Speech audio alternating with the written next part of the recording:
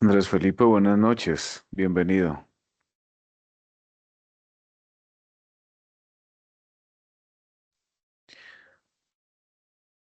Ya en unos instantes vamos a arrancar.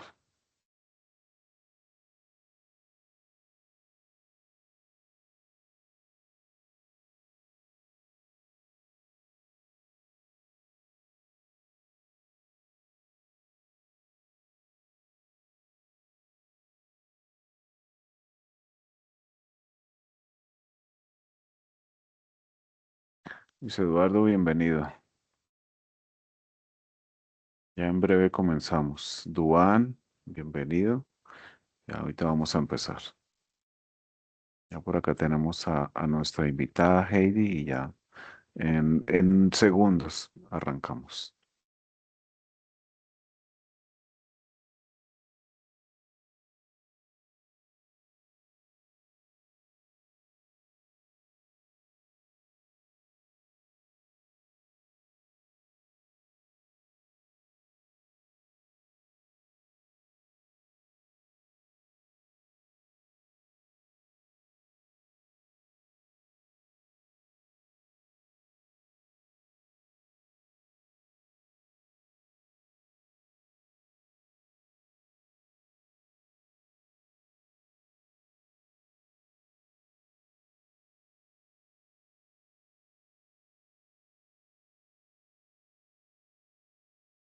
Bueno, yo creo que Heidi ya podemos empezar y los compañeros y demás invitados se van conectando.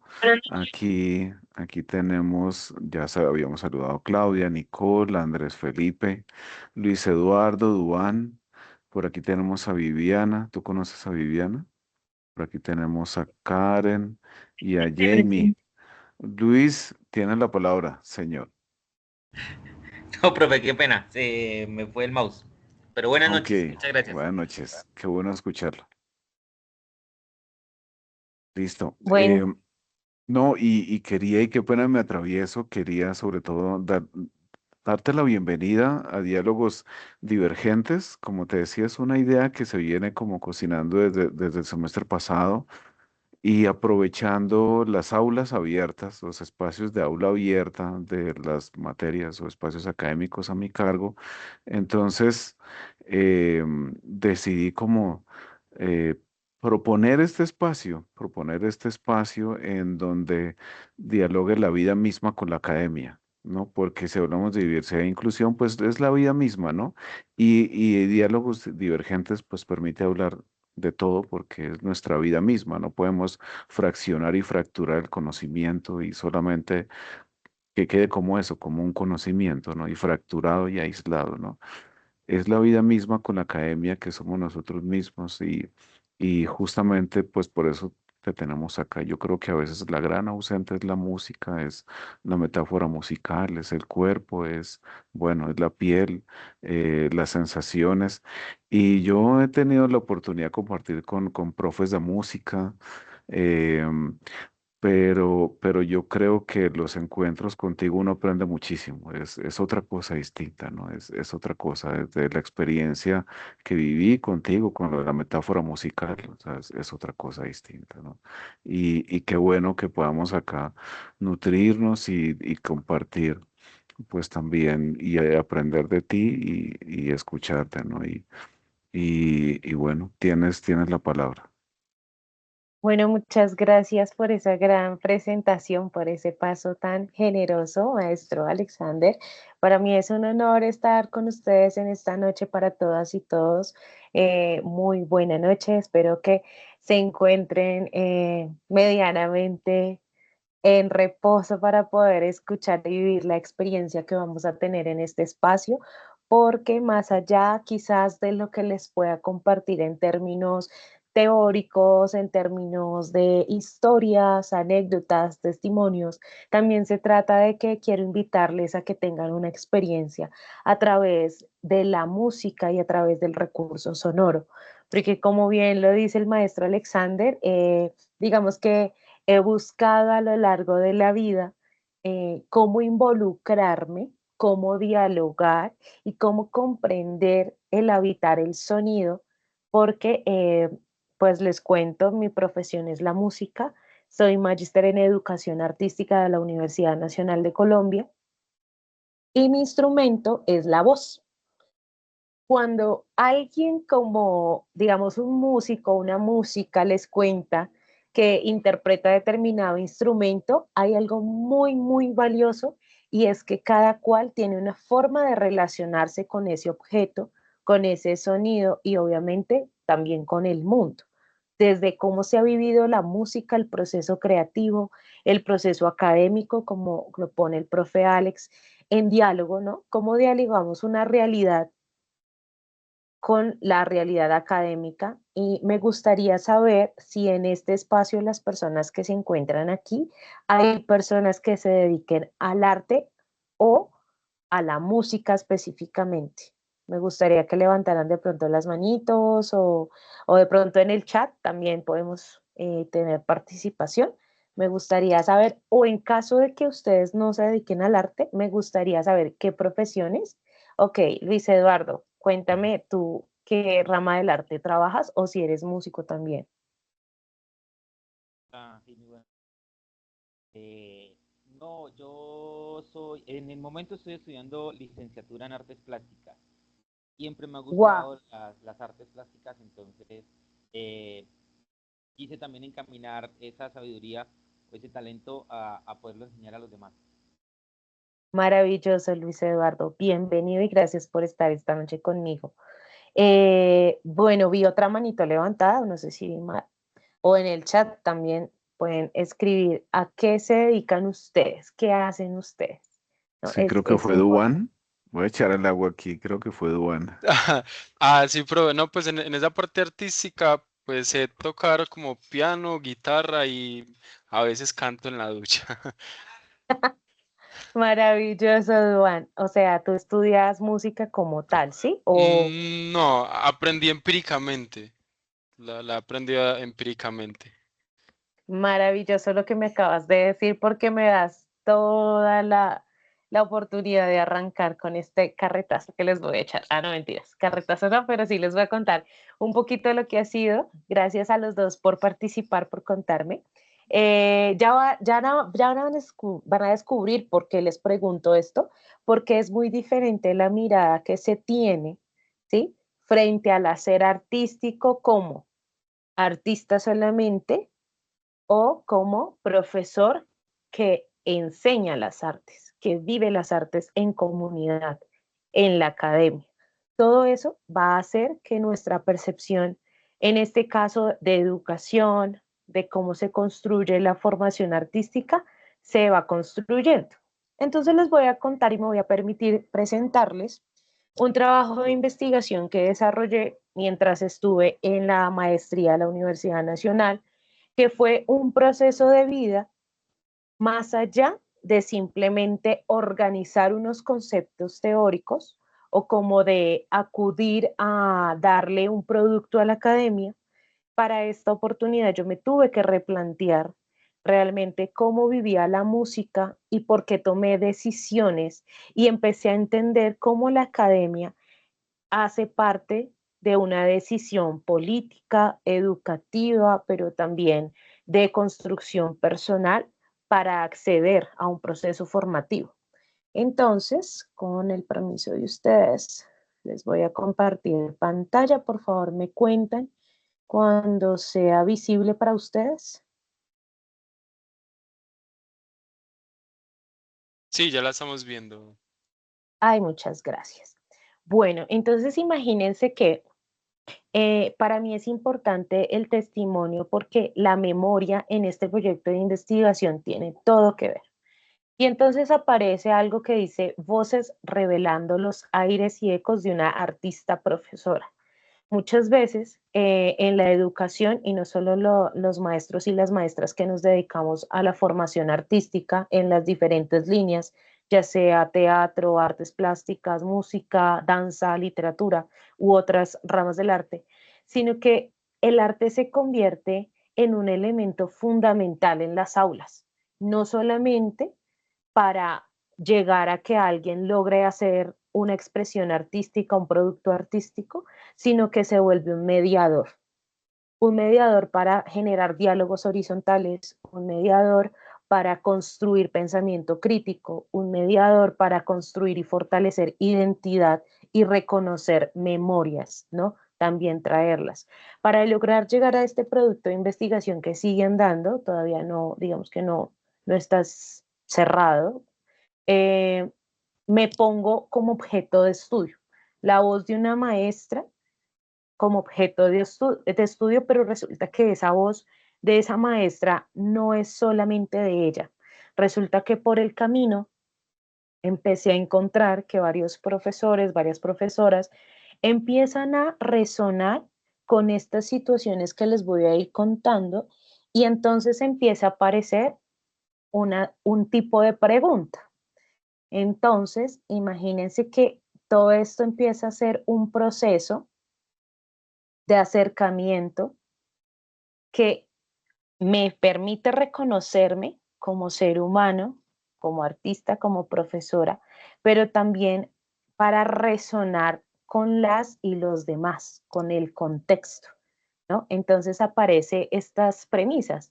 Acercarse a la voz ha resultado ser un proceso de autoconocimiento, un puente y la oportunidad de resonar conmigo misma y con los demás. A veces como profesionales en las diferentes ramas del saber, eh, vamos haciendo procesos mecánicos, vamos haciendo procesos que simplemente se quedaron aquí y lo hacemos de una manera constante, pero no hay una reflexión sobre por qué lo hacemos, cómo lo hacemos, qué logramos con ello, qué pasa con nosotros cuando o nosotras cuando hacemos ese tipo de acciones. Y para mí la educación y el arte tiene todo que ver precisamente con esa transformación del pensamiento y con esa forma en la que se va relacionando y construyendo comunidad. Entonces, les quiero hacer esta pregunta, ¿sí? ¿Alguna vez has dimensionado la potencia de tu propia voz? ¿Ustedes alguna vez se han preguntado qué logra mi voz? Que ya sea que tú seas profesor, profesora o te dediques a otra profesión, ¿qué hace tu voz? ¿Sí? ¿Cómo logras potenciar ese recurso que a diario utilizas, pero que nunca le has prestado atención o nunca has tenido esa conciencia de qué pasa en ti cuando se produce esa voz, ¿no? Cómo ésta se ha construido y qué hace que otras y otros puedan resonar a través de ellas. ¿Ustedes alguna vez les ha pasado que ustedes llaman y cuando llaman por teléfono reconocen la voz de una persona? Ya saben que están hablando con determinada persona, resulta que la voz se vuelve como una huella digital, pero en este caso va a ser una huella sonora. Clau, tienes la mano levantada, cuenta. Bueno, ¿me escuchas? Sí, sí, yo te escucho. Sí. Frente a la pregunta que tú hacías, sí, yo pienso que yo no le había dado sentido a la voz, el sentido, o sea, la importancia que correspondía, que corresponde, pues, hasta que, bueno, con la necesidad de escuchar en otro la voz, ¿sí? En la necesidad de interpretar o pensar en cómo que en algún momento te lo dije cuando la primera vez que nos vimos, el pensar la vibración de cada sílaba, de cada palabra, de cada letra, ¿cierto? Y cómo se produce cada letra. Entonces, el ubicarme como mamá pensando en cómo hago para que suene, para que vibre la letra P, ¿sí? Y qué tengo que hacer dentro de mi garganta, dentro de mi boca, cómo tengo que posicionar la lengua para poderle enseñar o poderle dar pautas a otra persona para lograr que el sonido se emita, ¿cierto?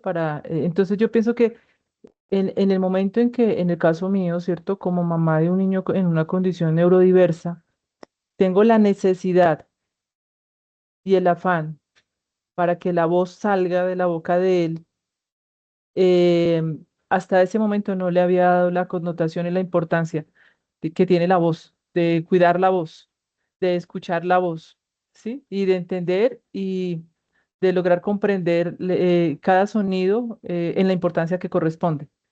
Así no sea una palabra, sino esa intención de la palabra.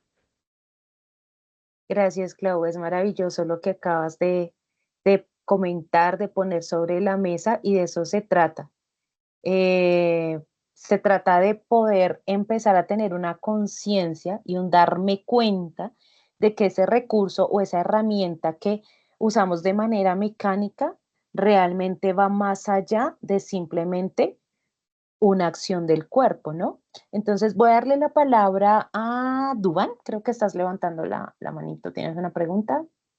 Sí, o sea, me parecía como muy interesante eso que decía la compañera y me hacía pensar como en ese mismo significado de la voz, que debe ser como un puente entre lo que pienso, lo que siento y a través entonces de eso como que lo vengo comunicando. Y también como todo ese mismo sentido figurativo de la voz, porque digamos, en un sentido de protesta siempre decimos alzar nuestra voz. Entonces, la voz también como un sentido mismo de la revolución. Entonces, ahora que la corriente feminista también es muy importante. Entonces, decimos que las mujeres tienen voz y también tienen voto. Entonces, la voz también como ese mismo sentido de resistencia social que nos ayuda de pronto a comunicar eso que nosotros somos. Maravilloso, Duan, lo que acabas de decir. Los dos aportes, tanto Claudia como Duan, acaban de hacer una apuesta sobre la mesa y es poner en juego esos diálogos y esas capas, ¿cierto? Esas capas que empiezan a ocurrir como identidad, que no solamente es una herramienta, sino que se vuelve una identidad, se vuelve una necesidad entender, ¿cierto? ¿Qué capas y cómo es mi voz? O sea, ¿alguna vez ustedes se habían preguntado o han sido conscientes de cómo son sus propias voces? O sea, ¿qué hace que su voz sea diferente, sea única? Y no simplemente por cómo hablan, sino por las memorias sonoras que cada uno y cada una trae. Porque, por ejemplo, si escucho hablar a Duván, se nota que es de un lugar específico de Colombia. Claudia tiene otro acento y entonces en los acentos nos empezamos a dar cuenta y a reconocer que hay unos territorios, que hay unas memorias y que viene toda una riqueza, ¿sí? Que no solamente es el poder expresarme a través de la palabra, sino todo lo que está contando mi propio sonido. Jamie, ¿tienes la mano levantada? Cuéntanos. Hola, buenas noches, ¿me escuchan? Sí, te escuchamos. Gracias. Pues creo que en mi caso, bueno, me presento. Para mí creo que efectivamente la voz, incluso sumado a lo que los compañeros dicen, no solamente va en el esto de poder decir a partir de la palabra, sí, la misma voz, sino digamos que lo articulo con mi quehacer profesional y es, digamos, un poco, yo siento que mi voz se traduce a partir de la escritura y ya al leer esos escritos creo que también tienen una intencionalidad y es precisamente eso que preguntas, ¿no? ¿Cómo se ha construido y qué hace que otros puedan resonar con eso? Entonces, creo que el poder construir desde el pensamiento, desde lo abstracto, desde unas ideas, a el pasar a lo escrito y que eso escrito pueda decir un discurso, pueda ser algo que a mí me permita traer memorias y recuerdos, creo que eso es muy valioso. De hecho, en mi tesis de maestría, que hace también poco terminé, un poco el título era El arte como mediador de la identidad cultural. Lo hice con grados de chicos de grado décimo y ellos también veían en la voz algo clave e importante, por ejemplo, a través de las canciones, de las letras que pueden profesar mucho tipo de música, música protesta, bueno, diferentes músicas, creo que también trae una intencionalidad por medio y pues también es gracias a la voz y a tema comunicativo y del lenguaje que pues nos transmite y nos impacta y pues resuena con cada uno y según nuestras perspectivas. Quería. Maravilloso. Maravilloso, Jamie, muchas gracias porque efectivamente tiene todo el sentido y mira que tú aterrizas un poco en cómo impacta el recurso sonoro y aquí voy a usar diferentes términos, ¿sí? Como el recurso sonoro, la voz como recurso sonoro porque se vuelve esa posibilidad también de sentirme identificado, identificada, ¿no? Cuando escuchamos determinado género musical, muchas veces tenemos preferencias porque decimos, uy, a mí me gustan mucho más este tipo de sonidos, a mí me gusta más este tipo de ritmos y empezamos a ir como sacando por partes y a deconstruir esa música que escuchamos, pero no solo eso, sino que esa se vuelve una oportunidad de comunicación y una oportunidad de reconocimiento. Entonces, en ese sentido, las y los voy a invitar a lo siguiente. Yo por acá tengo a mi guitarra. Ustedes dirán, la profe va a cantar. No, no voy a cantar. Ustedes van a cantar. Mira Vamos a que hacer, quiero dime, dime. atravesarme, qué pena, porque Luis Eduardo escribió acá un poema, un Ay, autorretrato. maravilloso. Él se define como, él es música. Y me recuerda mucho una novela que se llama así, Vibrato. Y Vibrato, el primer capítulo es el nacimiento de un niño, pero como si fuera una sinfonía. O sea, musicalmente, no eh, decir, es otra cosa distinta. Y me recuerda esta intervención de Luis Eduardo, me recuerda un poco eso, ¿no? Como uno va olvidando quién es realmente. No sé Mar- si la pueda leer o Luis Eduardo, mejor como en persona, en la voz del autor. Luis sí, Eduardo, sería ¿por qué lindo. no lee? Sí, mejor. No es que me da pena. No, Ah, eso que deja la pena a un lado porque la voz es la voz. No, es que sí, estamos a... precisamente escuchándolos, en el semestre pasado hicimos un ejercicio donde nos pedían que hiciéramos un autorretrato. Pero entonces el autorretrato que yo propuse no venía de pigmentos, ni de colores, ni de lápices, ni de nada que fuera material. Mi autorretrato venía desde la voz. Entonces, como lo dice la profe, la voz es algo inconfundible, tiene un timbre. Si alguien me llama, o si alguien me llama, yo voy a reconocer esa voz, voy a saber quién es. Entonces, mi voz para otra persona también es un autorretrato o es un retrato mío. Ujú. Las ondas que yo emito cuando estoy hablando, cuando canto, cuando emito sonidos, esas ondas van haciendo una figura de quién soy, de cómo me siento, y mi voz y mi timbre pueden ser el mismo, pero hay días en que van a cambiar porque puedo estar triste, puedo estar feliz, ¿sí? Entonces eso va generando un autorretrato que va cambiando de acuerdo a cómo cambian las ondas sonoras. Entonces una parte del escrito que hice es cada vez que hablo, lanzo al aire un retrato vivo de mí mismo, un retrato que no necesita lienzos ni cámaras, un retrato que se multiplica en la memoria de quien escucha. Soy lo que vibra cuando pronuncio. Soy las inflexiones, las grietas, los matices. Soy ese autorretrato incesante, pintado no con pigmentos, sino con ondas. Ese es. Muchas gracias. Wow, wow. Mira, no hubiese sido lo mismo si tú no lo hubieras leído. Tenía que estar tu sonido, tu voz. Maravilloso, Gracias. Gracias, profe. muy chévere, muy lindo. Muchas gracias por darnos ese privilegio de escucharte. Ahora les voy a invitar a que por favor,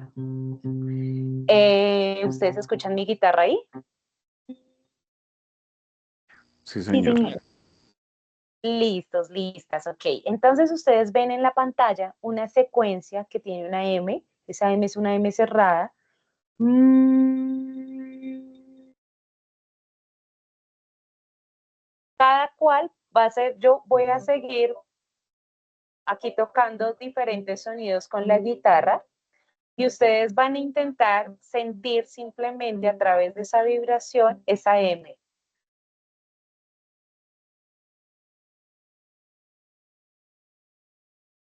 Van a intentar inhalar por nariz y llevar esa M como más cómodo les quede.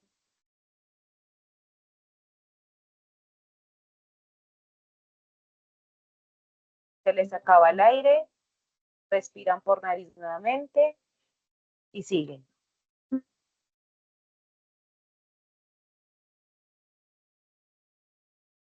Se van a permitir identificar qué zonas de su cuerpo generan una vibración mucho más fuerte.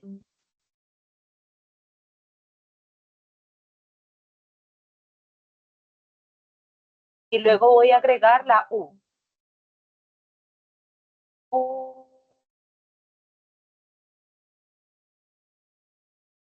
La puedes repetir las veces que necesites. U.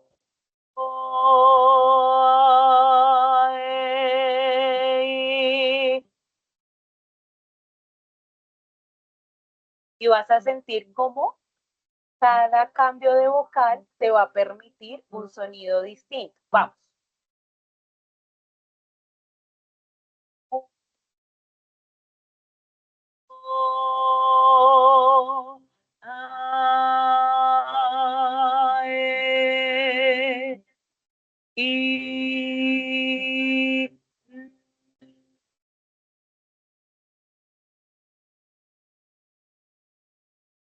¿Cómo se sintieron?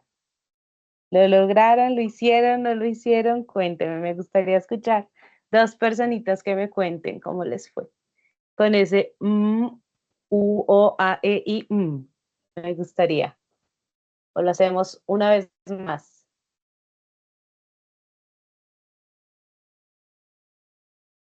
No puedo ver el chat en caso de que estén escribiendo, perdón, por lo que estoy compartiendo la pantalla. Entonces, si están escribiendo, no logro ver.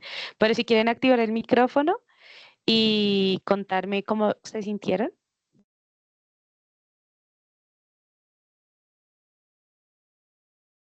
O lo Bueno, repetimos una vez más. Dale, bueno, cuéntame. yo quería como comentar, bueno, hay una vibración, ¿no? Una vibración de la boca, ¿cierto? De esta parte de acá. Entonces, como en el caso mío, como yo no soy profe de nada que tenga que ver con esto, entonces es algo inusual. Es algo inusual, ¿cierto? Porque empieza uno como que esta partecita de la boca le empieza como a vibrar, pero también hay una comprensión. Vuelvo y lo menciono y cierto y hago como mucho resalto sobre mucho sobre eso y es hay una conciencia de, de la letra, o sea, del sonido que emite esa letra que yo estoy leyendo, ¿cierto? Y el pensarme también en no solamente en cómo se emite, sino la posición de la lengua, en cómo lo aprendí, sí, en el caso mío, cuando lo iba haciendo, entonces iba como evocando el recuerdo, sí, el recuerdo de cómo lo aprendí con el canto de mi mamá, que es cierto, cantaba las vocales, y entonces había una repetición de la vocal. Entonces, en ese momento, mientras íbamos haciendo el ejercicio, entonces hubo una recordación. Maravilloso, Clau, qué lindo eso. Hermoso. Ya ahorita voy a desarrollar un poco más esa idea. Me gustaría escuchar a otra persona, cómo se sintió. ¿Hubo incomodidad? ¿No hubo incomodidad? ¿Hubo un wow? No sabía que podía hacer esto. Cuéntenme, alguien más, que por favor Y me yo cuente estaba cómo se sintió. pensando, Heidi, en la respiración, en el tomar aire, en el detenerse, o sea, tanto agite y tanto eh, llenar formatos y matrices e informes. No, aquí es otra cosa distinta, ¿no? Sí, Como respirar otra vez, ¿no? Y tratar maravilloso. de no ahogarse y no marearse y no caerse, menos mal. Porque sí, respirar, ¿no? Claro, acabas de decir algo muy importante y es la pausa y la conciencia en el ritmo respiratorio. Entonces resulta que cuando somos conscientes de que cada uno y cada una tiene un ritmo respiratorio, empezamos a darnos cuenta que tenemos unas velocidades que requerimos de unas pausas en momentos específicos, pero todo eso hace parte de un autoconocimiento. Y fíjate que solo que cuando aparecen este tipo de experiencias, que es una experiencia muy corta, pero que vincula que se atraviese por el cuerpo, el generar un sonido, el reconocer un punto de vibración específico, como lo mencionó Claudia, a través de la zona de la boca, incluso el pecho, de pronto si se dieron la oportunidad de sentir mucho esta zona del pecho, también hay una vibración muy potente, es decir, todo lo que empieza a ocurrir y todo el movimiento interno para que logremos tener unos movimientos externos, y eso hace parte del autoconocimiento, y cuando reconocemos eso, aparecen otras cosas. Y entonces cuando aparecen otras cosas, en este caso les voy a contar cuáles fueron los 4 momentos en los que decidí ubicar esas cosas que empiezan a aparecer con ese autoconocimiento. Y entonces este trabajo tiene 4 momentos. El primer momento se llama vibraciones del sujeto, que ustedes lo acaban de sentir a través de su propia voz, en el tiempo y el espacio.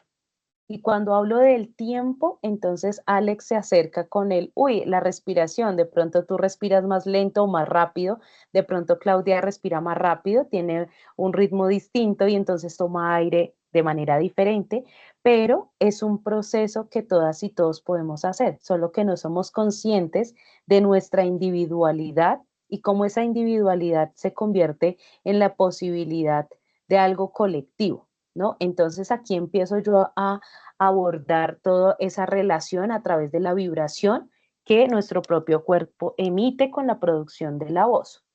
En un segundo momento, entonces empiezo a darme cuenta que hay unas fugas, y en música, fugas, la palabra fugas, tiene una definición, ¿sí? Muy teórica musical, y entonces acá yo lo tomo precisamente como fugas en los modos de enseñar. ¿Qué pasa con la academia? Y que por dónde se escapan ciertas cosas que los modelos académicos y pedagógicos no logran impactar, ¿sí? Porque tenemos unas realidades en las aulas y también tenemos unas realidades de vida que hace que yo pueda tener algo estructurado, pero por un ladito, por un huequito, algo pasa y algo no tengo en cuenta, algo no lo logro ver, no lo logro escuchar. Entonces, ¿qué pasa con esas fugas? Cuando estamos hablando en términos de enseñanza y formación y también en el proceso creativo. En un tercer momento, esas resonancias que empiezo a encontrar con otras maestras, otros maestros, con otras personas hacedoras de artes, sabedores, sabedoras, con los oficios de las artes. ¿Y qué pasa? O sea, que se moviliza a través de esos procesos, ¿no? Y también con las personas que me encuentro en el aula. ¿Qué pasa? ¿Qué resonancias hay? ¿Cómo resonamos en el aula? Todo esto. Y en un cuarto momento, un punto clave de esta metodología que empiezo a desarrollar a través de la práctica docente, y es la escucha profunda. Esa escucha profunda que me permite abrir una puerta a las particularidades sonoras. Les voy a contar, pasa mucho en la academia y por qué yo estoy diciendo acá que las particularidades sonoras. En los conservatorios, muchos años atrás, y bueno, ahora se está trabajando mucho en valorar la diferencia y en las cualidades de cada cual, ¿sí?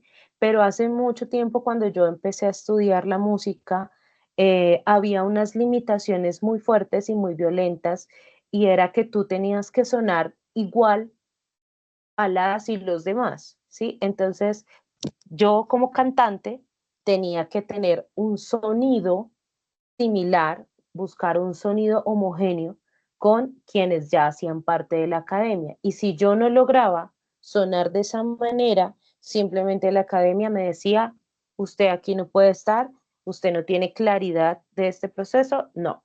Y pues en los conservatorios de música siempre se hacen pruebas específicas y se hacen audiciones. Yo me empiezo a cuestionar todos estos modelos pedagógicos dentro de la música en Colombia y en los conservatorios aquí en Bogotá, porque se cerraban muchas puertas a quien sonaba diferente. Y no entendíamos cuando Claudia nos hablaba de esas particularidades, ¿cierto? De las personas que, o niños y niñas que tienen diferentes formas de aprendizaje, diferentes condiciones, cómo los modelos tan rígidos educativos muchas veces cierran la puerta o los obligan y las obligan a que sí o sí tienen que aprender de una manera determinada. Eso me cuestioné yo en la música porque a mí me cerraron muchas veces la puerta de un conservatorio diciéndome, como tú no suenas igual a lo que queremos, a este estereotipo y a este sonido que viene de otro lado, que es Europa, pero tú no suenas igual, entonces no puedes estar acá.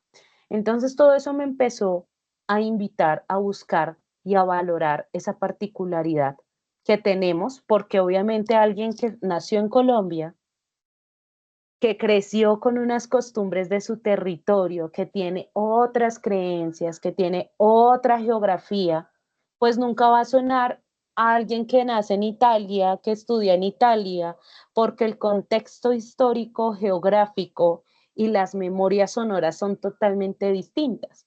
Entonces me pongo en juego y pregunto, como una niña que es originaria de familia nariñense del sur de Colombia, donde nace o sea, donde el campo y todas las costumbres, digamos que del sur del país, muy andinas, hacen parte de su historia, ¿cómo pretende sonar a alguien que nace en Italia, en una cuna de canto lírico, se llama eso? Y me empiezo a cuestionar y allí ocurre algo maravilloso. Entonces, dentro de las palabras claves que ustedes pueden ver aquí y que me parecieron muy importantes dentro de esta investigación es la memoria como fuente fundamental, ¿sí? De volver, siempre volver a la memoria para poder reconocer qué está vigente en mí, por qué me cuesta o por qué necesito entender esto y lo otro. La vibración, ustedes acabaron de sentirla, el concepto de sentipensante, que es un concepto que nace en Colombia, ¿sí? La resonancia, la voz propia, la subjetividad, la escucha y el cuerpo. Porque resulta que como todos ustedes mencionaron y todas, la presencia aparece cuando tú tienes una claridad de cómo es tu voz. ¿Qué hace que mi voz sea de esta manera? Es que yo vengo, no sé, de Antioquia y en el lugar en el que nací hay río, o vengo de la costa caribe, del Pacífico, del llano, donde hay costumbres, etcétera, etcétera, y empiezo a reconocerme como parte de un territorio, como parte de una historia y de un colectivo. Y allí pasan otras cosas. Entonces, ay, ¿qué pasó? Empezamos aquí, empiezo a mirar yo, bueno, ¿y cómo voy a abordar entonces? ¿Cómo voy a abordar o qué conceptos le voy a poner o voy a revisar que puedan funcionar y que me puedan dar claridades y entender qué está pasando con mi proceso, qué ha pasado, que no es el único, han pasado, si ustedes se ponen a mirar en el proceso del arte o en la formación artística, muchas de las personas que se han dedicado a esto han pasado por situaciones de rechazo en sus familias porque el arte se ve como algo que no económicamente no es rentable, ¿cierto? Como que se tiene el imaginario de que si tú no eres un artista famoso, ¿cierto? Entonces, ¿para qué vas a hacer arte? Todo este tipo de cosas y me genera un conflicto, ¿no? Y entonces yo empiezo a buscar también dentro de esos procesos de formación en los conservatorios y empiezo a entender que hay una necesidad de homogenizar el sonido. Entonces, en los coros, tú tienes que la técnica, tiene que sonar así, no sé qué, y tienes que tener estas, sí, como que te empiezan a meter en un molde, pero se evade la naturaleza de lo que tú ya eres, ¿no? No hay una validación de eso que tú ya traes. Ven, miremos en tu mochila, tú qué traes, cómo es tu historia de vida, que era lo que hablábamos como al inicio con el profe Alex, sobre relacionar los procesos de la academia con la vida, ¿sí? Que no es como esto es por allá y esto es por allá, no, totalmente. Aquí hay un tejido y hay un tejido de vida, de saberes, de construcción de memoria y de identidad y de reconocimiento. Entonces me encuentro con alguien maravilloso que es Walter Benjamin y entonces él empieza a hablar sobre el tema del aura. Entonces, el aura, lo importante que es en la producción de la obra, ¿sí? Entonces, ay, ok, entonces empiezo a darme cuenta que cuando a mí una maestra de canto me dijo, es que usted no sabe cantar, es que su voz es muy escandalosa y yo no entendía por qué mi voz escandalosa no servía para una academia. Es que no estoy, es que a ese modelo académico le interesa que yo suene y piense y estéticamente mi sonido sea este, pero no están evaluando mis cualidades como tal. Entonces me dicen que no, pero yo no quiero perder mi aura, porque es mía, es mi voz, es mi propia voz, ¿no? Entonces encuentro que Benjamin empieza a resaltar sobre la importancia de cuidar el aura, la vida, la presencia de esa obra, pero también la construcción de la mirada. Aquí yo les muestro dos posibilidades de referente teórico de Walter Benjamin, y es también como esa exploración, ¿sí?, del pasado, las memorias que yo les decía, entender que de dónde venía, de qué región, qué pasó con mi familia, de qué parte de Nariño, entender que hay una geografía que hace que mi voz sea oscura y pesada y por eso no va a tener la sonoridad que me piden en la academia. Y entonces de todo eso que yo vengo trayendo en mi maleta, que sigue siendo vigente. Cuando me doy cuenta de eso, puedo tomar una reflexión y una acción frente a la forma de aprender y a cómo quiero entonces, desde mi proceso creativo y formativo, empezar a cambiar o darle la vuelta a eso, ¿no? Y también entonces encuentro a Inés Bustos, que es una investigadora maravillosa española, y habla sobre la conciencia en el proceso de la voz, pero aquí no solamente, digamos que ella enfoca a alguien que cante, sino que ella aquí enfoca es la voz como el recurso de cualquier ser humano que se está dando cuenta que es una herramienta de comunicación, que la voz tiene una presencia, que la voz tiene unas capas que cuando yo soy consciente de eso, ¿sí?, las puedo transformar y puedo sacar el potencial que realmente tengo en mi voz. Luego, en el campo de la pedagogía, entonces empiezo a decir, bueno, ¿cómo voy a negociar, cómo voy a mediar esta academia que ha sido tan rígida? Porque la educación musical a lo largo de la vida ha sido bastante fuerte, muy limitante en muchos momentos. Eh, ¿Cómo dialoga eso con una realidad colombiana? Cuando descubro que los modelos pedagógicos musicales muchas veces son de personas de otros lugares del mundo, donde los contextos de esos países o de esos autores fueron totalmente diferentes. No quiero decir que no funcionen, no, sino que cómo puedo exigir lo que el método me dice a una realidad que es completamente distinta. ¿Cómo enfoco yo mi pedagogía en territorios colombianos donde hay tanta violencia, donde hay que sobrevivir porque los niños y las niñas no tienen que comer? Y entonces empiezo a negociar y me encuentro con este concepto que es ser sentipensante. Entonces, como no suelto, claro, los procesos de razón, pero estoy aquí siendo también emocionalmente consciente de que hay una necesidad de dialogar y no separar. Siempre hay que dialogar entre esos dos. Y como maestra no frustro, así como lo hicieron conmigo, cómo puedo potencializar esas cualidades que ya llegan al aula sin necesidad de frustrar o cortar, ¿no?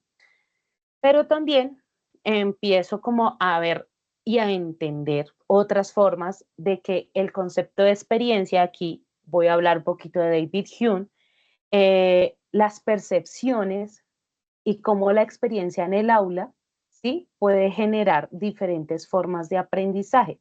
Pero resulta que el aula no es solamente un salón de clases. El aula es la vida misma, para mí.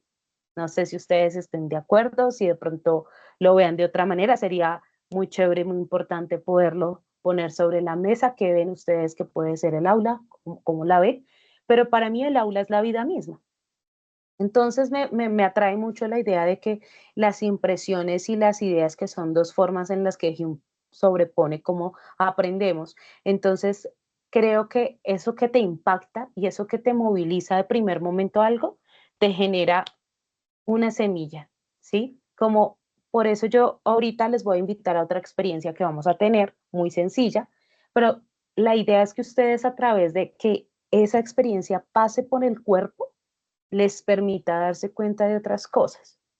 Y esas otras cosas que se van a dar cuenta son ideas que ustedes ya han tenido a lo largo de sus vidas porque han tenido unas historias, porque tienen una forma de relacionarse en su contexto y eso les va a generar otros puentes de saber. Paulina Oliveros es una gran compositora, pero también una pensadora contemporánea estadounidense que nos habla sobre la escucha profunda. Y la escucha profunda aquí tiene que ver con una reflexión muy fuerte y es la capacidad de apagar el sonido de afuera para lograr escucharlo de adentro, ¿sí? Y que cuando yo logro escuchar esto que hay aquí, ahí sí puedo expandir mi capacidad al exterior, porque puedo reconocer otras cosas, pero es necesario en esa escucha profunda tener la capacidad de poder escucharte y poder trasladar esa escucha consciente, sensata, activa en el exterior y en el interior. Eso es muy importante y eso se vuelve como una herramienta en la pedagogía. Y Stigler, que también nos habla sobre la técnica en y con relación a todo lo que es el proceso creativo del ser humano. Entonces, que digamos la forma de crear para quienes están, para las diferentes, digamos, profesiones, a veces cuando tenemos que crear una metodología, crear una didáctica, si yo soy consciente de cómo la estoy creando, me voy a dar cuenta que ahí aparecen cosas que yo tengo en mi mochila de historias personales, de historias en la academia, etcétera, etcétera, ¿sí? Es como una forma de dejar una huella, pero una huella consciente. Entonces, como en el proceso creativo del ser humano, realmente la técnica o la experticia logra hablar de quiénes somos, logra ser muestra de esa presencia de cómo somos y quiénes somos. Y Hugo Semmelman, que es un pensador latinoamericano, también lo abordo desde el concepto de utopía. Entonces, como en mi caso, la música, la formación musical y el canto en general, ¿cómo puede ser esa utopía soñada de que desde lo natural podamos empezar a valorizar esas voces, esos talentos, porque todas y todos los seres humanos realmente pueden cantar? Es una pregunta que a uno siempre le hacen. ¿Y será que todos los seres humanos? Sí, todas las personas pueden llegar a cantar y desarrollar la habilidad del canto. Bueno, hasta aquí, ¿cómo vamos? Hay preguntas, voy muy rápido. ¿Cómo vamos? Quiero que me cuente. ¿Bien? ¿Sí? Ah, bueno. Yo Listo. tengo una pregunta, Heidi, ¿cómo lograste como llegar a esos autores con tanta cosa que uno puede encontrar de referentes, ¿no? ¿Por qué ellos? Ujú. Y ¿por qué te paras académicamente en ellos, ¿no? Me parece muy, muy, muy interesante tu pregunta. Bueno, aquí me paro, digamos, en Inés Bustos Sánchez, porque es una de las investigadoras. En España y en Argentina hay centros de investigación sobre la voz, digamos que son de los lugares con mayor experiencia en el tema de investigación de voz. Ella es fonoaudióloga, pero también ella ha escrito diferentes libros sobre no solo la voz cantada, sino desde la voz, desde como médica. ¿Sí? Entonces, entender anatómicamente y de la manera saludable cómo funciona la voz de los niños, las niñas y las personas adultas. ¿Qué pasa? Entonces, cuando ella se sale de esta oportunidad de solamente encasillar la voz para cantantes o personas que trabajemos con la voz, da otra visión de la voz que también es compleja. Y es, por ejemplo, Clau es profe y Clau como profe o tú, Alex, como profe, ¿se han pensado en su salud vocal alguna vez? ¿Qué pasa como profes cuando todo el tiempo están usando la herramienta vocal? ¿Qué cuidados? ¿Qué? Sí, entonces todo ese nivel de apertura que tiene Inés sobre su investigación, pues me parece muy importante y muy integral. Entonces, por esa razón, a ella me, quise tenerla muy presente porque yo no solamente he trabajado con niños, niñas, adolescentes, sino que también trabajo con personas adultas, personas mayores ya de 60 años, adultos mayores. Entonces, eso, entender cómo la voz se va transformando a medida que vamos cambiando de etapa en la vida, también es fundamental para entender cómo fue mi cambio de voz desde que era una niña a la edad que actualmente tengo. Entonces, por ese lado. Walter Benjamin, lo que pasa es que yo les conté que yo soy magíster en educación artística. Cuando estudiamos algo tan amplio como la educación artística, podemos tener un panorama mucho más amplio de las otras artes. Digamos que no solamente me quedo con un referente musical. Si se dan cuenta, aquí no tengo referentes musicales. Tengo autores de otras disciplinas, pero no tengo maestros de música, porque precisamente esa posibilidad de la educación artística en general expande la mirada y ver que la música se complementa de otros saberes, como en este caso Walter Benjamin, pues fue un experto en la parte visual. Entonces, ¿cómo desde lo visual? Porque es que el sonido no es solo el sonido viene acompañado de una imagen, el sonido viene acompañado de una sensación física, ¿sí? Entonces, para mí era importante ampliar la mirada, como lo dice Walter Benjamin, y poder pensar también, además desde lo humano, aquí desde Eduardo Galeano, que también es un pensador maravilloso, pero también entender cómo la sociedad me construye y cómo esa identidad y esas memorias colectivas también hacen parte de mí. Y para poder trabajar desde lo social, desde lo filosófico, desde lo epistemológico, para mí era importante. Bueno, sí, mentira, si tengo una música, Paulina Oliveros, ella es la música que tengo como referente. Eh, pues nada, es poder ampliar el oído y la mirada, pienso yo también, ¿no? Como que bueno, que cómo podemos entender la vida desde lo social, lo filosófico, lo estético, no solo desde el sonido, sino también desde otros sentidos. Por esa razón, escogí estos autores, querido Alex. Me gusta mucho tu pregunta. Sí, no, muchas gracias. Y me gusta además, Luis Eduardo, pero antes para Luis Eduardo, me gusta cómo has venido articulando esta reflexión e hilando, ¿no? Desde tu investigación, ¿no? Y, y ahora entiendo como la sorpresa como tú dijiste, política educativa, pero no Ajá, solamente es eso, eh, articulas muchos elementos y me parece fenomenal, muy enriquecedor. gracias, gracias a ti. ¿Quién quería preguntarnos? Yo nuevamente, pro- eh, tu merced es profesora, ¿cierto?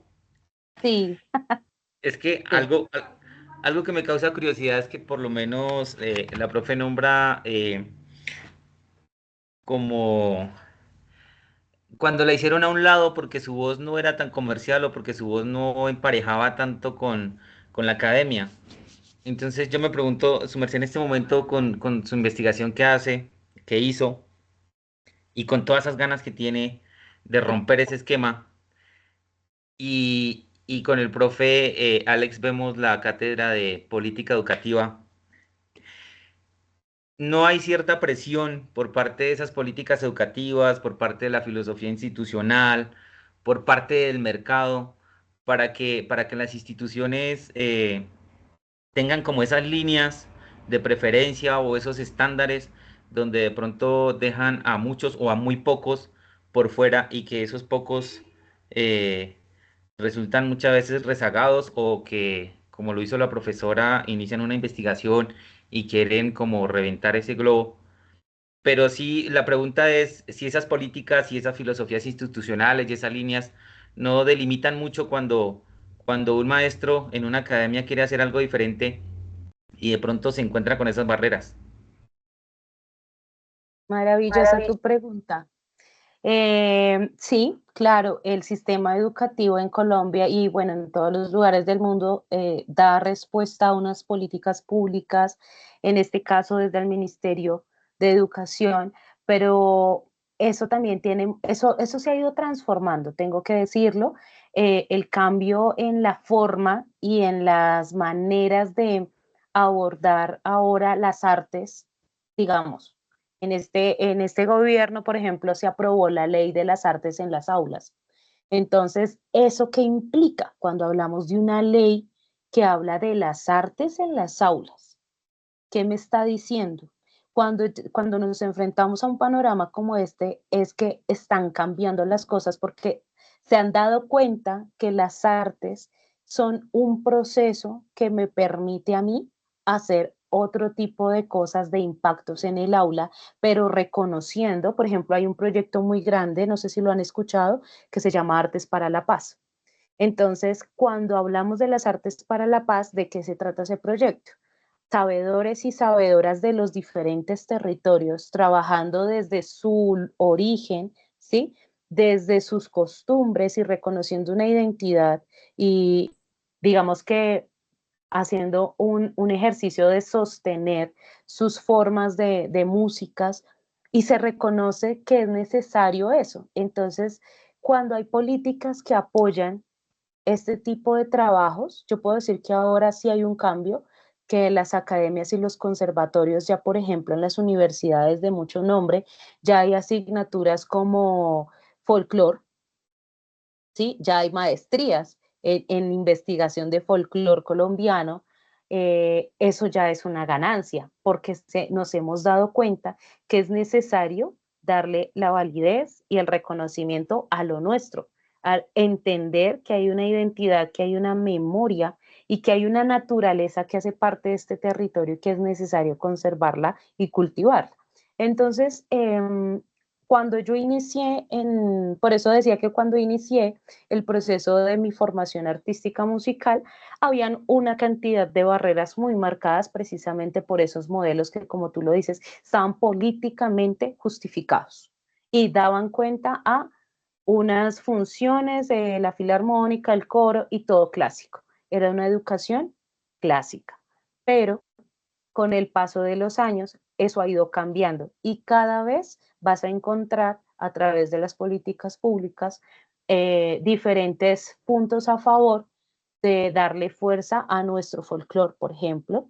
Les cuento que no solo está pasando aquí en Colombia esa transformación de lo autóctono, de lo propio, y cuando Duan decía, yo aprendí empírico, me parece maravilloso, porque la mayoría de los territorios no tienen una academia que les diga estos dos, re, mi, fa, sol, la, si, no, sino que viven la música, viven la danza, viven las narraciones orales, ¿sí? Las historias. Entonces, eh, en otros lugares del mundo están ocurriendo situaciones como festivales internacionales de folclore y se reúnen diferentes países, agrupaciones a mostrar el folclore tal cual es en cada país y eso es una cosa maravillosa y eso ya está pasando, pero todo efectivamente corresponde a un apoyo que es generar políticas que puedan dar cuenta y pues obviamente todo el sistema educativo va a responder a esas necesidades y a esas políticas, porque pues siempre pues ha funcionado así. Entonces, pues espero haber ahí como bordeado tu pregunta un poquito. Sí, señora, muchas gracias. Con mucho gusto. Clau. Aquí ya. Bueno, si yo quería, bueno, primero, frente a la pregunta que tú hacías anteriormente, ¿cierto? De las premisas que tenías y cuáles nos habían como llamado la atención. Cuando tú hablabas de la atención plena, creo que hablabas de la atención plena, ¿verdad? Creo que fue algo así como lo colocabas. ¿Mm? Escucha profunda, escucha profunda. Escucha Me profunda, sí. conecté un poco con esto de la escucha profunda porque yo en las clases les digo mucho a los chicos en el aquí y en el ahora. Todo el tiempo les digo a ellos, ¿no?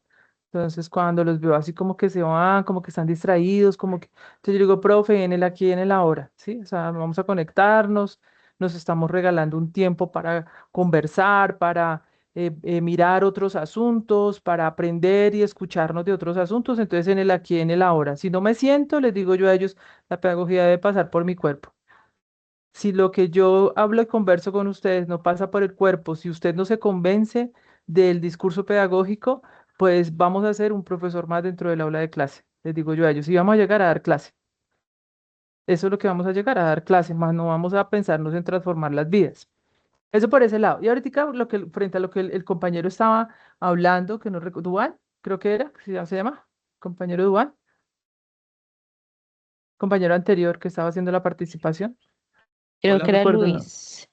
Sí, Sí, frente a eso también es un poco, cuando hablaba, tú mencionabas lo de las políticas públicas, pero también es un poco, es muy importante pensarnos desde la política institucional, porque claro, hay una política pública, una política que el Estado me dice a mí como directiva de la institución, perdón, como profesores que debemos seguirla, pero el directivo, la institución, se tiene que pensar en una política institucional que contribuya en el bienestar, que contribuya en el cuidado de su comunidad, o sea, de su escuela. Esa escuela a la que yo pertenezco, ¿cierto? Entonces, y hablabas también tú de Artes para la Paz, de la importancia pues de toda la política que existe ahora del trabajo de la última política que hay sobre el trabajo de las artes, que sale la ley, pero también es importante empezarme a pensar que esto no es una responsabilidad de los profesores de artes, esto es una responsabilidad de todos, del profe de educación física, de matemáticas, de sociales, de todos los profesores, ¿sí? Y no es una responsabilidad de hablar de artes o trabajar las artes o trabajar estos elementos. Claro, hay unas personas que saben, tienen unos disciplinares, pero a lo que yo voy es un poco a que pensemos en algo y desde el mismo diseño universal para el aprendizaje nos dicen a nosotros, presente múltiples formas de expresar y permita que su estudiante tenga diferentes formas de expresar la información. Y dentro de esas formas de expresar la información, pues nos atravesamos podemos atravesarnos si queremos por las artes, ¿cierto? Y es permitirme que yo haga que mis estudiantes o leer esos lenguajes artísticos que ellos tienen, que de pronto no conocían, pero que se atrevan a presentar otro tipo de cosas diferentes a un escrito, diferentes a otros asuntos, y más con todo esto de la IA, ¿cierto? Pues qué bonito es que ellos de pronto puedan dejar sus evidencias de aprendizaje pasadas, vuelvo y lo digo, ¿cierto? Esa apropiación de conceptos pasados por el cuerpo y que nos los den a conocer a cada uno de nosotros. Era eso. Sí, claro que sí, Clau, maravilloso tu aporte, porque sí, claro, la política pública es algo muy general, muy, que va a permitir que dentro de ella pues existan, como lo dice Clau, pues unas políticas institucionales que van a dar cuenta finalmente de objetivos, de misiones, de visiones que tenga cada institución frente a eso, ¿no? Y corresponder. Entonces, pues muchas gracias. Muy chévere las preguntas. Gracias, Clau, por tu aporte. Claro que sí. Y bueno, dentro de todo este así, de información también, pues quería como siempre me quedan como las preguntas de qué papel ocupó el archivo sonoro, porque los archivos cuando nosotras y nosotros hacemos investigación se convierten en como en esa posibilidad y en esa riqueza de encontrar quizás muchas respuestas, pero también de seguir preguntando, ¿no? Y entonces para mí, ¿qué ocurrió y qué me permitió darme cuenta de esa huella vocal sonora que yo tengo y que puedo generar en mis estudiantes o en quien pide que sea su guía vocal? Y es, claro, yo entiendo que vengo de una geografía que es la región andina y entonces donde hay unas características del clima que hacen que mi voz sea más oscura, más pesada, y entonces empiezo a entender cuando empiezo a cantar folclore de la costa Caribe y de la costa Pacífica que hay una temperatura diferente, que hay una geografía diferente que hace que ellos utilicen otros recursos del cuerpo y su sonido sea distinto. Entonces, ¿cómo empiezo a jugar con eso? ¿Cómo empiezo a descubrir esas herramientas? ¿Cierto? Pero también de qué me di cuenta que era necesario validar esa individualidad vocal, que era necesario reconocerla y darle su lugar para potencializar todas las habilidades sonoras que pudiera dentro de eso que ya venía, digamos, aquí, ¿no? Y eso también es como la invitación. ¿Qué importancia tiene la subjetividad en la voz de un artista, ya sea profesora o profesor? Entonces, cuando somos conscientes de que esa subjetividad es importante mantenerla viva, ¿sí? En los discursos, en las acciones, en el mismo proceso creativo, todo eso es fundamental mantenerlo para que nuestra voz o la presencia de nuestra voz, como lo hemos venido hablando, se mantenga y tengamos claridad de qué queremos lograr con ella, ¿no? Y qué logramos, qué impacto tiene nuestra voz en quienes la logran escuchar. Varios interrogantes hay acá, ¿no? Entonces, ¿qué importancia tiene la subjetividad en la voz dentro y fuera del aula? Pero entonces aquí es dentro del aula convencional, me refiero, como a la academia, y también al aula que es la vida misma. Entonces, cuando Dúa nos decía lo de la voz y el voto, lo de los movimientos feministas, claro, ahí hay una potencia muy fuerte, ¿sí? De la voz, la presencia de la voz, ¿cierto?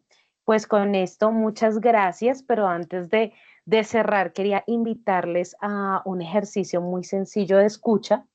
Entonces les voy a pedir que por favor cierren sus ojitos ahí donde están sentados, sentadas. Voy a dejar de compartir un momento y me gustaría que cierren muy bien los ojos. Por favor, tomen buena inhalación por nariz, exhalen por boca y me gustaría que escucharan lo siguiente y me digan qué logran identificar de lo que está sonando. Pero esperen un segundo.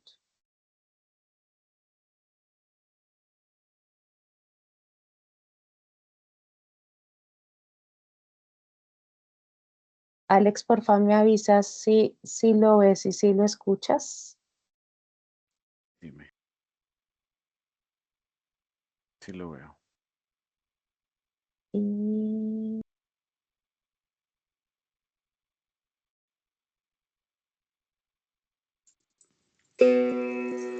¿Ah? Sí se oye.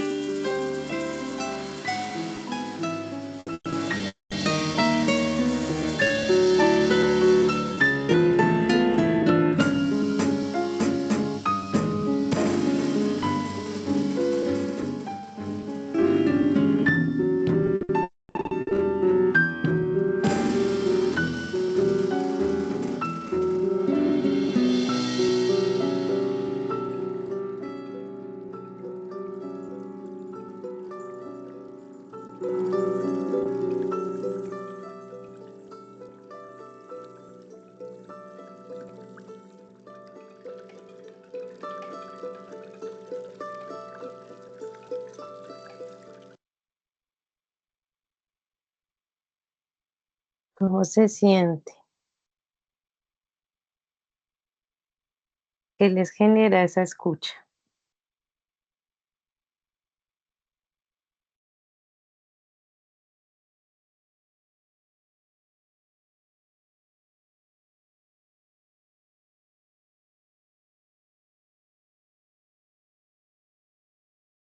Yo Creo creo, que, Heidi, ah, me la atravesé a alguien. no Alguien iba sé. a participar, ¿cierto? No, pero yo no, es mucha tranquilidad, es tranquilidad, creo que es una muy bonita forma de cerrar y todo este espacio, creo, sin exagerar, que es como curvar esa rigidez de la academia, ¿no? Proponerla de otra manera, ¿no? Y también presentas a partir de tu investigación una, pues un llamado a encontrar desde nuestras disciplinas, desde nuestro, tú dijiste, mi instrumento es mi voz, entonces, ¿cuál es mi instrumento? ¿Cuál es mi centro?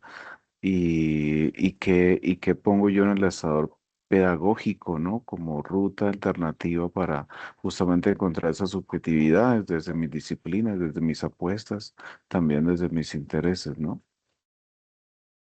Sí, sí, la verdad es que es bastante importante como poder mantener esa pregunta, ¿no? Yo siento que uno o una nunca debe dejar de preguntarse. Es importante mantener esa inquietud de aquí, de allá, pero siempre mantener esa pregunta viva. Me parece importante. Y pues me gustaría compartirles dos parrafitos pequeñitos como para concluir un poco sobre lo que ha sido este proceso de investigación, pero también de vida misma, porque aquí está mi vida en esto. Entonces quería contarles, me voy a permitir leerles esta pequeña partecita. La escucha como base de transformación. Escuchar es más que oír, como afirma Paulina Oliveros. Escuchar implica una atención activa y profunda, tanto en lo acústico como en lo psicológico. En el aula he aprendido a escuchar las voces de mis estudiantes como escucho la mía, con cuidado, con apertura, con intención. Muchas veces me preguntan si su voz vale, si es bonita. Yo les respondo que sí, porque cada voz es una historia, una memoria y una vibración única. La escucha profunda permite construir puentes pedagógicos auténticos. Es, como diría Walter Benjamin, una forma de devolverle el aura a la educación, de rescatar lo irrepetible. En vez de imponer repertorios y técnicas, propongo explorar desde las vivencias, desde la corporalidad, desde la emoción. Desde allí es posible crear conocimiento de manera horizontal, colectiva y transformadora. Como segundo punto, voz, cuerpo y memoria, una pedagogía sentipensante. Mi propuesta pedagógica es sentipensante, como lo plantea Fassborda. Pensar sintiendo y sentir pensando. Enseñar música no es solo transmitir saberes técnicos, es acompañar procesos de autoconocimiento. En mis clases, la voz se convierte en un espacio de sanación, en herramienta política, en ritual colectivo. No se trata de sonar igual, sino de sonar juntas, juntos, desde la diferencia. Porque la voz no miente. Si le niegan, la boca hablará por los poros. Galiano. En mi aula cantamos para resistir, para celebrar, para recordar a quienes no están. En ese canto habita también la posibilidad de otros futuros, como los que describe Hugo Semmelmann, utopías concretas que nacen del deseo de transformar el presente. Con esto les quiero pues dar las gracias a todas y a todos por escuchar, por abrirse a la posibilidad de dialogar, eh, por permitirme llegar hasta esa posibilidad de tus voces, que es lo más valioso. No sé si tengan comentarios, más preguntas, no sé, cómo.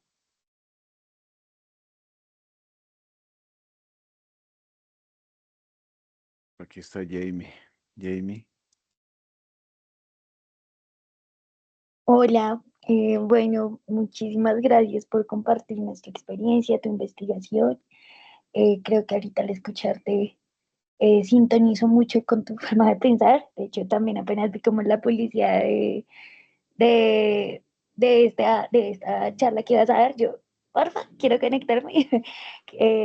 La disfruté mucho, muchas gracias. Creo que tenemos en sintonía, bueno, ahorita que te he escuchado hablar de Falsborda, del tema del sentipensante, desde mi quehacer profesional, yo soy también psicopedagoga y de hecho una de mis líneas es poder, yo no soy artista, pero creo que el arte es uno de los medios indiscutibles para sanar muchas cosas. Entonces, dentro de mis espacios de orientación educativa, suelo utilizar mucho el arte como una herramienta pedagógica, sanadora, y que a través de un escrito, de que también a partir de poder que hacer escuchar la voz de los estudiantes, de los mismos profesores, porque cada uno tiene una carga distinta dentro de una comunidad educativa y bueno, en general dentro de la sociedad.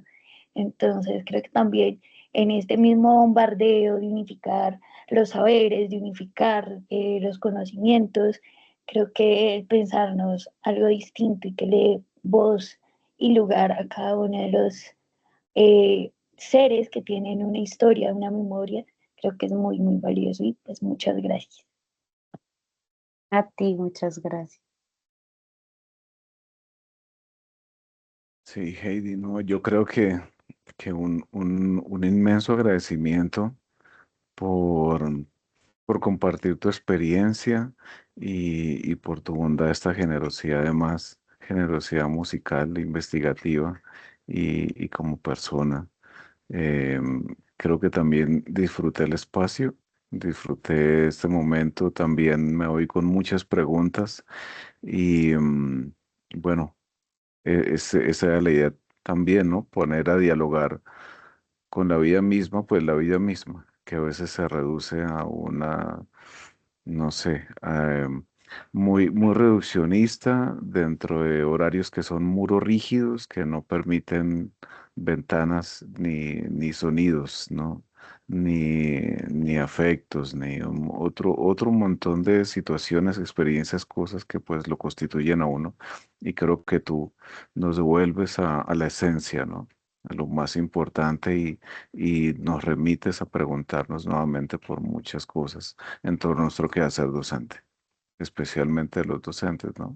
Vas a todo el mundo, pero en este caso, pues también llegas a la esencia. Y no, Gracias. muchísimas gracias, de verdad. Gracias a ti por la invitación y a todas y a todos por el espacio. Nada, pues con muchísimo gusto, ahí seguimos construyendo, lo importante es seguir tejiendo entre todas y todos porque pues aún hay muchísimo por hacer, entonces pues nada, y siempre con mucho gusto. Sí, recuérdanos como tus redes sociales o para continuar quienes deseen como seguirte o estar en contacto contigo.